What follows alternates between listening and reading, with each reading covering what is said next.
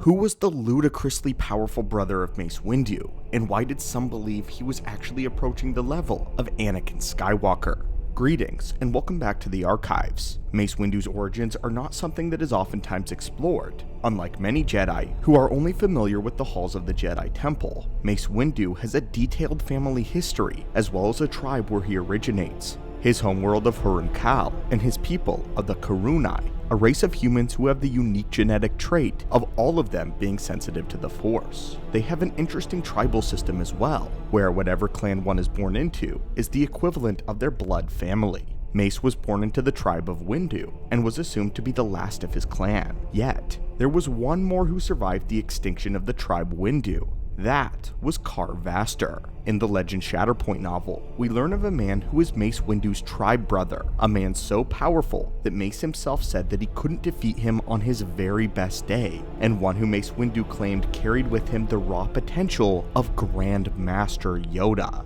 So who was Mace Windu's brother? Why was he so powerful? And why did he and Mace hate each other? Before we begin though, if you've been enjoying the content, it would help us out a great deal if you could leave a like. And if you haven't subscribed yet, reach out with the Force and crush that button. It is your destiny. We begin the story of Kar Vaster on Haruun Kal during the Summertime War. The Karunai were a people who populated the jungle world, and were perpetually at war with another group of people known as the Balawai. The Balawai were a species of off-worlders who settled on Haruun Kal in order to harvest the expensive native species. Becoming known as the Jungle Prospectors, they upset the very balance of the jungle and oppressed the people of the Karunai, and thus began a massive war. This war only raged during a summertime, with it taking a break during every other season only to be picked back up the following year in the summer, hence the name.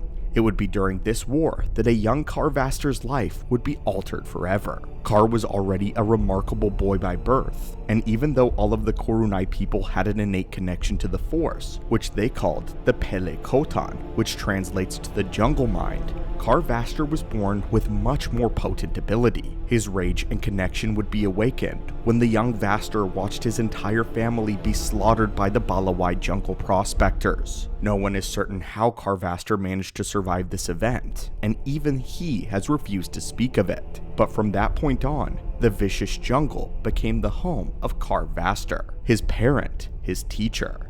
No supplies, no food, no weapons or provisions of any kind. This fate should have been his death, but instead, Kar would use the power of the Force to sustain himself, slowly melding his very being with the jungle in order to survive.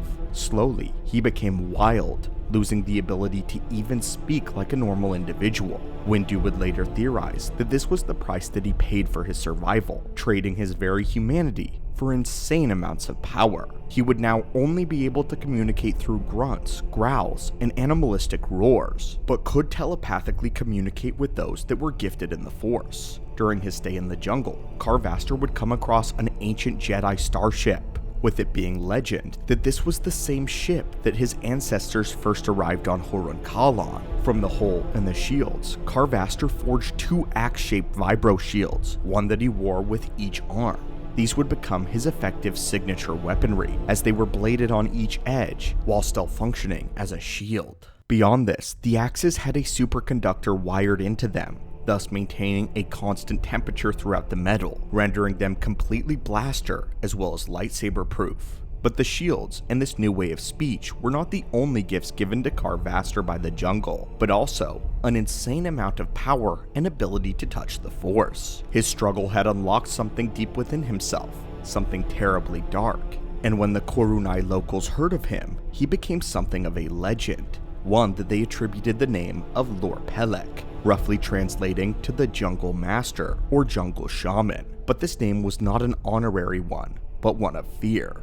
The Lord Pelek was said to not even be human, but an unpredictable and wily avatar of the jungle's very own dark side, as it is believed that Kar Vaster siphoned the very hatred, fear, and animalistic properties from the jungle itself. While Kar Vaster was indeed human, his mind was lost, and he did meld his consciousness with the dark side of the Force of the very jungle. His use of the Force was wild and raw, based purely on nothing but instinct. He could unleash violent force blasts and even storms, or he could choose to heal those that were brought to him. The Korunai people appreciated this power, but were completely wary of him. Yet, Carvaster was a friend of his people, but hated by the Balawai, dealing with them in the harshest of ways when he joined the war. Sometime prior to the Clone Wars, Carvaster would actually meet Mace Windu, as Mace had returned to his home world. When Carvaster sensed him, he knew that they instantly shared a bond since they were both from the same tribe of the Lost Windu, effectively making them brothers.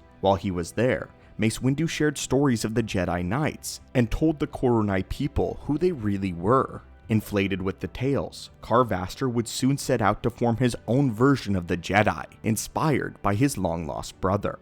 It was Carvaster's goal to inspire the same peace in his people that the Jedi had on the Republic. However, those that he attempted to train as Jedi were a dark, twisted simulation of the noble and peace-loving order. They were called the Ak Guards, and the Korunai chosen by Car with special connections to the Force he would take and brutally train. Like himself, they each would forge their own vibro shields, which became the signature weapon of this new order. With this newfound religion, Carvaster's order would exact their revenge, dealing justice of their own kind, becoming incredibly violent, using their shields to bloody and slaughter those that did any wrong, even their own people. They were far from what the Jedi were supposed to be, and they relied on instinct, while the Jedi relied on training and restraint. They used anger and aggression as sources of power, while the Jedi based their power upon serenity and defense. They used their shields as swords, while the Jedi used their swords as shields. It was a bad time made only worse by the onset of the Clone War.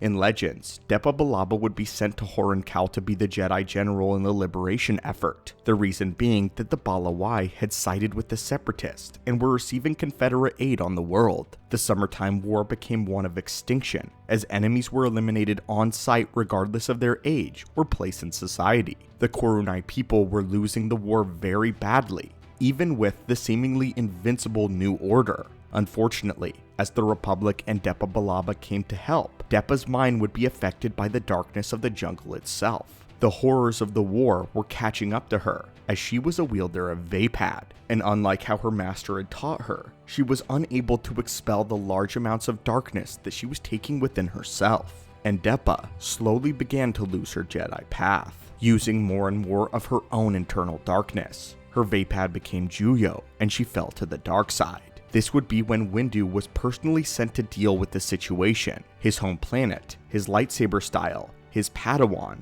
all his responsibility. This is the main plot of the Shatterpoint novel, with Windu dealing with both the Balawai and Depa, who it is later revealed had joined with Carvaster. And over the course of the quest, Windu would have several run-ins with his brother. On one occasion, they would work together to take down a Balawai fighting force, and Carvaster would even heal Windu's friends, saving them from the stings of deadly wasps of the world. But soon, the two brothers' goals would misalign, and Windu's Jedi code prevented him from taking the drastic measures against the Balawai that Carvaster wanted to eliminate entirely. Not to mention, Mace Windu discovered that it was Carvaster that was pushing Depa Billaba more and more towards the dark side. Windu and Carvaster would enter a brutal brawl, with Car eventually winning, leaving Mace Windu knocked out. You see, Mace Windu wasn't actually at his best during this first battle, as early in his mission, he had come down with the ailment known as a blood fever, and would be fighting off the sickness during the entire mission. Already weakened, it left openings for Carvaster to destroy Windu's mind with the Force. He would slaughter several clones and take their helmets off, setting them up for Mace Windu to find deep in the jungle. Then, using his powers in the Force, he would make Windu revisit the guilt over Jango Fett, eventually breaking Mace Windu down into confronting his own internal darkness. But soon, Windu overcame this through the Jedi way that he knew, and he went to face down Depa Billaba and Carvaster personally. Though if things couldn't get any worse, Windu would be badly injured during his fight with Depa, who pretended to play dead before springing to life and stabbing him with her lightsaber. Mace was barely able to defeat her before having to yet again face down Carvaster. However, Windu refused to fight Car on his terms again, and this is what the novel said. Mace could have met him, blade to shields, but instead he slipped aside. He had no intention of fighting this man, not here and now, not anywhere, not ever. Vaster was younger, stronger, faster, and immensely more powerful. He wielded weapons that could not be harmed by the Jedi blade. Mace couldn't win such a battle on his best day, and this day was far from his best. He was exhausted, badly wounded, and heartsick. In Windu's own thoughts, he admits that Vaster was stronger than he was, and due to his illness and injury, he wasn't able to effectively use the main features of Vaapad, turning an enemy's darkness against them. He couldn't summon the strength, so instead, he used the Force to hurl one of the fallen guard's vibro shields straight into the body of Vaster, slicing his hands and sending it right into his chest. However, he made sure that he didn't kill his brother, stopping it just short of his heart, and deciding to show Vaster how the Jedi would do things. The Jedi Master Mace Windu spared his brother's life, and had him given medical attention, and even took him back to Coruscant to stand trial. Vaster would be found guilty of crimes against civilization, a rare sentence that had not been invoked since the times of the Great Sith War. But even after all of this would not be the end of Vaster. Many years later, Vaster would return as a pawn of the Lord Kronal, a prophet of the dark side who took over Vaster's mind and was using him as a lethal weapon. It would be Luke Skywalker that would grapple with Vaster and eventually use the Force to free his broken mind, healing the very mind of Windu's brother.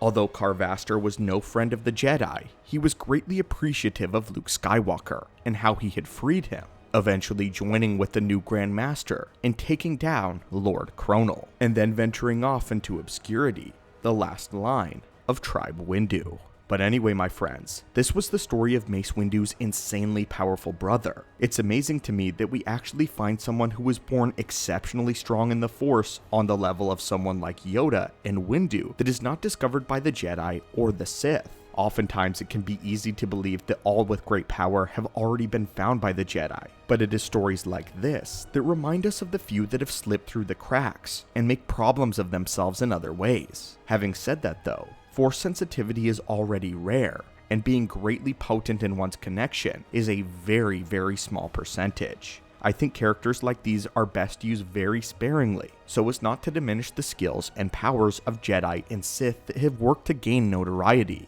Individuals like a Windu, Yoda, Sidious, and Anakin. While Vaster is a unique and absolutely a force to be reckoned with, at times during the Shatterpoint novel, it does seem excessive to put him on the level of Yoda just on pure instinct. There is even a moment in the novel where Mace Windu compares his power to that of Anakin, which is just a bit too far for me, especially when concerning a character that doesn't have a lasting presence in any of the lore. For Mace Windu to put him on that sort of level without any sort of formal training is a bit much. However, while reading the book, it was very interesting to see Windu face a worthy challenge, one that he had to overthink, and one that he could not destroy simply through his use of the Force and being the superior fighter. By the end of the novel though, I wish they hadn't nerfed him so hard by having an illness and an injury while facing down an alleged Yoda level threat.